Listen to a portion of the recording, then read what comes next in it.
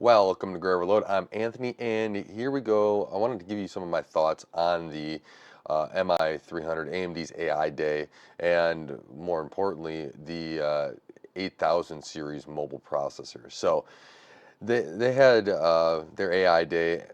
AMD went through a lot of different stuff. I was listening and watching it, and what was interesting there is that we finally have a server APU, the MI300A. So that gets to be plugged in. You have graphics cores, you have you have a whole bunch of stuff on there, CPU cores, etc., all on this for AI. And we'll see how this really competes, and even the MI300X. See how that all competes here later on, later on in the year and everything how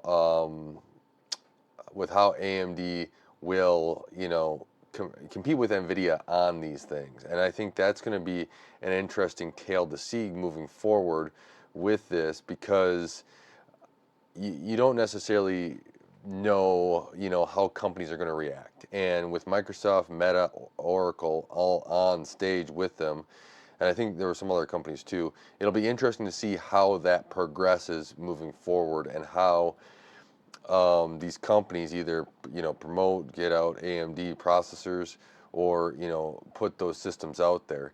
And depending upon how pricing is and everything else, there may be a advantage to using the MI300 over Nvidia as well, especially with price to performance, how that is, and willing to train. Now AMD does a lot more open source stuff, which I think is a much better option. I'm a huge fan of open source overall, so it'll be interesting to see there. And at the end of this talk, so that's kind of there. And I'm going to leave kind of the MI stuff kind of there because I really need to see how people start taking and grow, companies start growing with the MI300 and using MI300 with Nvidia already out there. I really want to see if they're going, if how AMD is going to attack and how AMD is going to try to get out there in these server products, because otherwise it could be a real uphill battle for a lot of companies if they don't want to jump over and use like ROCm 6 now. And AMD's been working there too. One of their slides, I really wish they would have took the MI250 with the MI300 and instead of ran, with ROCm 5 versus ROCm 6, I would have liked them both on ROCm 6 to see how that would have been a little bit different. But let's jump into the interesting part here with the Ryzen 8040 APUs. Now, um, if you haven't yet, or if you don't know, I should say, I do have a 7040 laptop. My wife has that, and she uses it, likes it a lot, works great, right? So that has a little bit of their XDNA. They kind of say their AI stuff on there. So that was, good to see that they have that. Now, this 8040 kind of seems like more of a refresh of the 7040. A lot of the specs seem to be the same, except for that XDNA, which came from the Xilinx acquisition, and that is going to be a big. I think that's really the main difference here in these new 8040 as well. And Intel was going to come out with a little bit more of that. Intel wanted more. These tops of what they call them for the performance, more tops. And what was interesting is that with Microsoft on stage, is that they really said we need a lot of tops. Whatever tops you're going to give us, we will use. So they had Microsoft on stage about their these consumer platforms and their OS moving forward, what Windows is going to be able to do. Now, I don't know how Intel's going to stack up with the tops yet. We will see that as they start releasing their products and as AMD gets their products out. But let's say that, the 7040s, engine, AI engine, their MPUs are about the same as Intel's, or Intel's just a little bit better, but this is a lot better.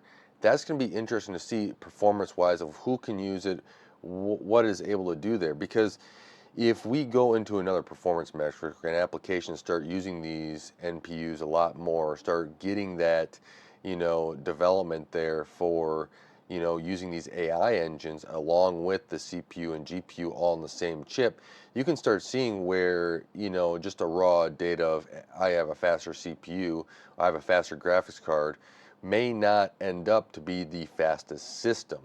And this is one where, one, AMD is going to have to make sure that they have their branding right for anything that doesn't have these AI engines or XDNA NPUs, because there's a couple low-end processors. It looks like in the 8540U and the 8440U look like they will not have their NPUs on them. But with these NPUs, that's just going to be another point of here's this performance as well on top of this. And I am interested to see how this will be addressed going forward, how performance will be based upon the NPU. Like how are we going to be able to really gather that? Now these are going to be out for PCs launching in Q1, right? You have the upgraded, it's up to 16 tops for the AI compute in these new 8040 series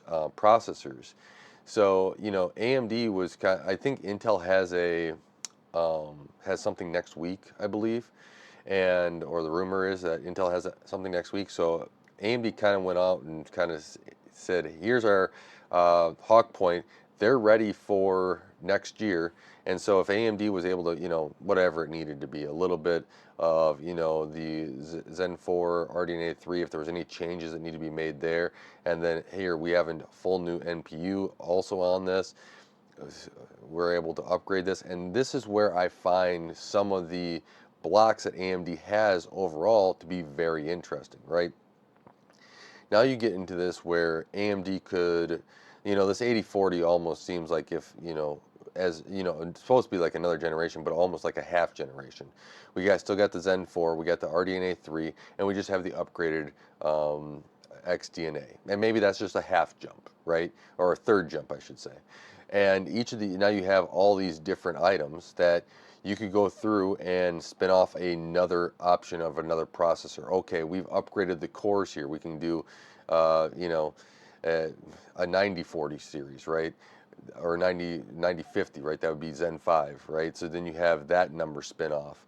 I'm still using their decoder ring that they have for their stuff, but you have that spin off. Okay, we got a new CPU core, RDNA 3. We can spin off another one once we get an RDNA 4 core or upgraded RDNA 3 architecture, right? There's all these options, a better NPU. So each of these things that AMD's working on, as soon as they can include it into a processor and they validate it and everything else, that's a new CPU, that's a new processor, that's a new APU.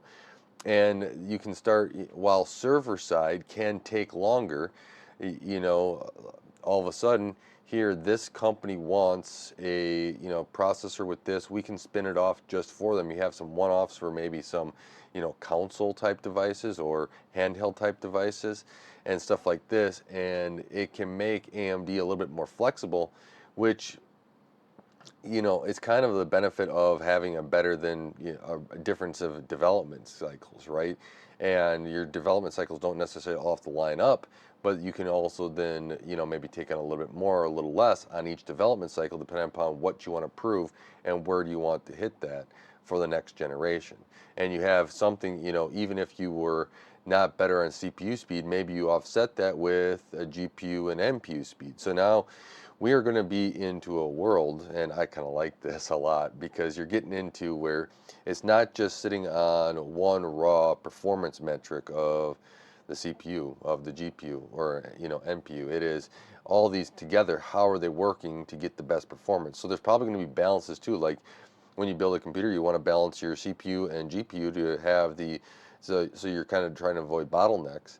Well, you're going to have this same thing with these compute units. And I do hope that like this XDNA does get put into the desktop processors. I think that if you're going to have them in the laptop side, you know, as a developer, I'm going to want it, and a user, right? Especially if you have something for, video editing, which I do a lot for these videos, coding, which I do a lot. Like if you have that stuff that can help, as a coder, I want to develop for it. Having it in that processor is going to be also beneficial rather than you know, oh, it's got to be on these mobile sites. So that's a little bit of what I've been thinking about. Let me, and what my thoughts are on this. Let me know what your thoughts are on the whole Hawk Point 8040 series, you know, with the MI300.